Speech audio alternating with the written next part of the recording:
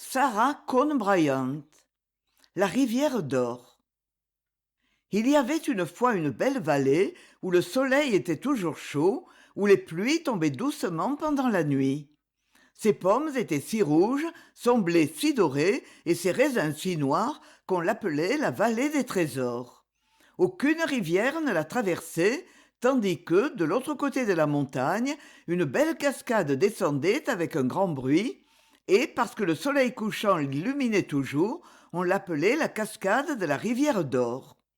Cette jolie vallée appartenait à trois frères, Hans, Schwartz et Gluck. Le petit Gluck était bon et gai, mais il n'avait pas une vie agréable avec ses frères, car Hans et Schwartz étaient si cruels et si avides qu'on les appelait dans la contrée les méchants frères. Ils étaient durs pour leurs fermiers, durs pour leurs ouvriers, et plus durs encore pour le pauvre Gluck. À la fin, les mauvais frères devinrent si méchants que le roi des vents résolut de les punir. Il défendit aux douces brises du sud et de l'ouest d'amener les pluies sur la vallée. Et comme il n'y avait pas de rivière, les sources tarirent, la terre sécha, et au lieu de la vallée des trésors, ce ne fut plus qu'un désert de sable rouge. Les méchants frères ne pouvaient plus rien en tirer. Alors ils s'en allèrent de l'autre côté des montagnes, vers la rivière d'or, et le petit Gluck avec eux. Hans et Schwartz allaient se promener tous les jours, mais ils laissaient Gluck à la maison pour travailler à leur métier d'orfèvre.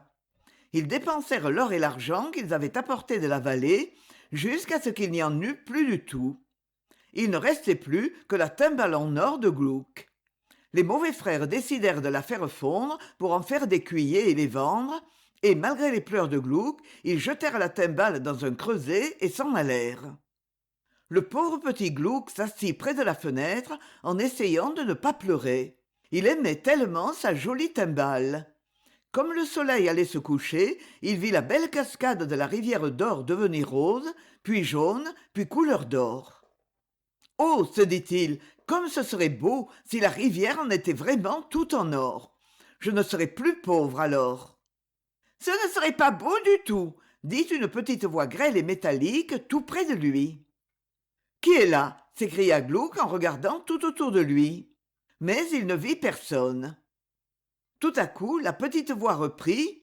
Verse-moi, je suis bouillant. Elle venait tout droit du creuset, et comme Gluck, effrayé, restait immobile, elle recommença. Verse-moi, je suis bouillant. Gluck avait grand-peur, mais il se pencha et regarda le creuset. L'or était fondu. La petite voix répéta. Me verseras-tu à la fin? Gluck prit le creuset avec les pinces et commença à l'incliner doucement. D'abord vint une paire de jambes tout en or, puis une paire de basques d'habits en or aussi, puis un singulier petit corps tout en or, et enfin une drôle de petite figure dorée avec de longues boucles de cheveux d'or. Et le tout se tint ensemble et se planta sur le sol. Un petit nain tout en or de la tête aux pieds. « Oh !» fit Gluck. Mais le petit homme dit. Gluck, sais-tu qui je suis? Je suis le roi de la rivière d'or. Gluck ne savait trop que dire, de sorte qu'il ne dit rien du tout, et, de fait, le petit homme ne lui en laissa pas le temps, car il reprit aussitôt. Gluck, il y a longtemps que je te connais, et tu me plais. Écoute bien, si quelqu'un arrive à grimper jusqu'en haut de la grande montagne d'où descend la cascade, et à laisser tomber dans la chute 3 gouttes d'eau bénite, alors pour lui, et pour lui seulement, les eaux se changeront en or. Mais chacun ne peut essayer qu'une fois, et s'il jette dans la cascade de l'eau qui ne soit pas vraiment bénite, il sera changé en pierre noire. Et avant que Gluck fût revenu de sa surprise, le roi sauta dans le feu et disparut avec la fumée. Quand les frères de Gluck revinrent, ils le battirent très fort parce que la timbale était perdue. Mais lorsqu'il leur eut raconté l'apparition du roi de la rivière d'or, ils commencèrent à se quereller pour savoir lequel essaierait le premier. À la fin, Hans l'emporta parce qu'il était le plus fort et partit. Mais le prêtre ne voulut pas donner d'eau bénite à un si méchant homme, de sorte que Hans en vola un flacon. Puis il mit dans une corbeille du pain et une bouteille de vin, et commença à grimper la montagne. Il allait vite et il arriva bientôt en haut de la première colline. Mais là, il aperçut d'une plaine de glace un immense glacier et qu'il n'avait jamais vu auparavant. C'était quelque chose d'horrible à traverser. Les quartiers de glace étaient glissants et coupaient comme des lames de couteau, de grandes crevasses s'ouvraient à chaque instant avec un bruit de tonnerre. Il perdit sa corbeille et s'évanouit presque de fatigue et d'épuisement lorsqu'il arriva de l'autre côté. Là, il trouva une barrière de hauts rochers de granit rouge, chauffés par le soleil, sans un brin d'herbe ou un peu d'ombre. Au bout d'une heure, il se sentit si altéré qu'il se dit « Je peux bien boire un peu d'eau, il en restera encore assez. » Il portait la bouteille à ses lèvres quand il aperçut quelque chose à ses pieds sur le chemin. C'était un pauvre petit chien prêt à mourir de soif. Il haletait, ses jambes étaient déjà raides et des myriades de fourmis grimpaient sur ses lèvres. Il regardait la bouteille de Hans avec des yeux presque humains. Mais Hans lui lança un coup de pied, but une gorgée d'eau et passa. Une ombre étrange couvrit le ciel bleu. Hans grimpa 1 heure encore. Les rochers devenaient plus brûlants et le sentier plus étroit. À la fin, il n'y tint plus. Il lui fallait boire de nouveau. Comme il portait la bouteille à ses lèvres, quelque chose remua sur le sentier à ses pieds.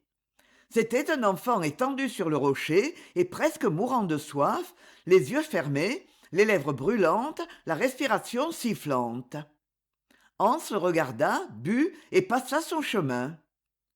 Un sombre nuage couvrit le soleil et des ombres sinistres rampèrent le long de la montagne. Le chemin devenait plus escarpé que jamais et l'air pesait comme du plomb sur le front de Hans. Mais la rivière d'Or était tout près. Comme il avançait, il vit un vieillard très âgé étendu en travers du sentier. Ses yeux étaient vitreux et son teint livide. « De l'eau, dit-il, de l'eau !»« Je n'en ai point pour vous, dit Hans brutalement. N'avez-vous pas assez vécu ?» Il enjamba le corps du vieillard et reprit sa route.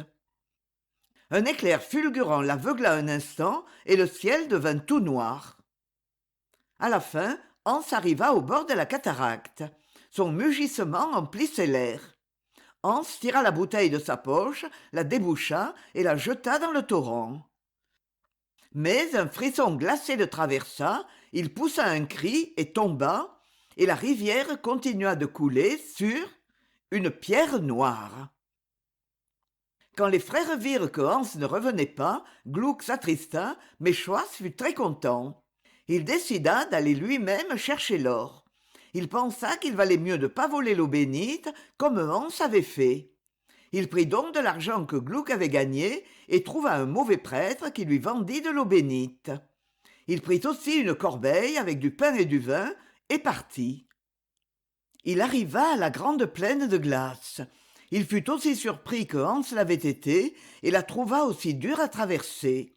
Il glissa plusieurs fois, s'effraya des bruits étranges qu'il entendait et fut bien content d'arriver au bout, quoiqu'il eût laissé tomber sa corbeille dans une crevasse. Puis il vit la même barrière de rochers rouges, sans herbe et sans ombre, que Hans avait vue. Lui aussi ressentit une soif très vive, et comme il portait la bouteille d'eau bénite à ses lèvres, il vit le petit enfant à ses pieds. « De l'eau !» cria l'enfant. « De l'eau ! Je meurs de soif !»« Je n'en ai pas même assez pour moi, dit Schwartz, et il passa. Une longue bande de nuages noirs se leva du côté de l'est. Quand Schwartz eut encore grimpé 1 heure, la soif le reprit, plus vive que jamais. Il porta le flacon à ses lèvres, et cette fois, il vit un vieillard qui lui demandait de l'eau. « Je n'en ai pas assez pour moi-même, lui répondit-il. Et il continua son chemin. Mais quand il eut fait quelques pas, il se retourna et ne vit plus personne. Alors, il se tint sur le bord de la rivière d'Or. Les vagues étaient toutes noires et la cataracte faisait un bruit effroyable. Il jeta son flacon dans le courant.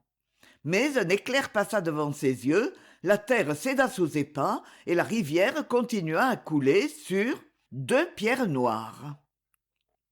Lorsque Gluck eut attendu plusieurs jours sans voir revenir ses frères, il décida d'essayer à son tour. Le prêtre lui donna de l'eau bénite aussitôt qu'il lui en demanda. Il mit le flacon dans son sac, prit une corbeille où il mit du pain et une bouteille d'eau, et se mit en route. Le glacier fut beaucoup plus difficile à traverser pour lui que pour ses frères, parce qu'il était plus faible. Il perdit sa corbeille, tomba souvent et arriva épuisé de l'autre côté. Il commença de gravir les rochers au moment le plus chaud de la journée. Quand il eut grimpé 1 heure, il eut soif et porta le flacon à ses lèvres. Alors il vit un vieillard qui lui barrait le chemin. « Je suis accablé par la soif, lui dit cet homme. Pouvez-vous me donner un peu de cette eau ?» Gluck vit qu'il était pâle et fatigué et lui tendit la bouteille en disant « S'il vous plaît, n'en buvez pas trop. » Mais le vieillard en but une forte gorgée, et la bouteille était aux 2/3 vide lorsqu'il la rendit à Gluck en lui souhaitant un bon voyage, et Gluck repartit joyeusement. Or un peu d'herbe était apparue sur le sentier, et les grillons commencèrent à chanter. À la fin de l'heure suivante, la soif de Gluck revint plus forte, et comme il voulait boire un peu, il vit un petit enfant couché à terre et qui pleurait de soif. Après une courte hésitation, Gluck décida de supporter la soif un peu plus longtemps. Il mit la bouteille aux lèvres de l'enfant. Il ne resta plus que quelques gouttes d'eau. Alors il se remit en marche. Toutes sortes de fleurs apparurent sur les rochers, partout où il y avait un peu de terre. 1 heure encore. La soif de Gluck était intolérable. Il vit qu'il ne restait plus que 5 ou 6 gouttes d'eau au fond de la bouteille, et il n'osa pas les boire. Il allait la remettre dans son sac quand il vit un chien sur le rocher, pantelant de soif. Il le regarda, puis regarda la cascade, tout à fait rapprochée maintenant. Il se rappela les paroles du nain. « Personne ne peut essayer plus d'une fois. » Et il essaya de passer outre. Mais le chien se mit à gémir si piteusement que Gluck ne put y résister. « Périsse le roi et son or !» cria-t-il, et il versa tout ce qui restait d'eau dans le gosier du chien. Subitement, le chien se redressa, sa queue disparut, son nez devint rouge, ses yeux brillèrent. Ce n'était plus un chien, mais le petit roi de la rivière d'or lui-même. Il se baissa et cueillit un grand lys qui avait poussé au pied de Gluck. Sur les pétales d'argent, il y avait 3 gouttes de rosée. Le nain les fit tomber dans le flacon vide. « Jette-les dans la rivière, dit-il, et retourne par l'autre côté de la montagne dans la vallée des trésors. » Puis il disparut. Gluck s'avança sur la rive de la rivière d'or et jeta les gouttes de rosée dans le courant. Un petit tourbillon se produisit, mais l'eau ne se changea pas en or. Au contraire, elle semblait disparaître et s'enfoncer graduellement. Gluck fut un peu désappointé, mais il obéit au roi. Il passa la rivière à gué et descendit l'autre versant de la montagne, et voilà. Quand il arriva dans la vallée des trésors, une belle rivière, semblable à la rivière d'or, jaillissait d'une nouvelle brèche dans le rocher et coulait sur le sable sec. À mesure qu'elle s'avançait, de l'herbe poussait sur ses rives, des fleurs s'ouvraient partout et des vignes commencèrent à couvrir les pentes. La vallée des trésors était redevenue un jardin. Gluck vécut dans la vallée. Les raisins étaient noirs, les pommes étaient rouges et les épis étaient dorés. Gluck redevint riche, mais jamais les pauvres ne furent repoussés par lui.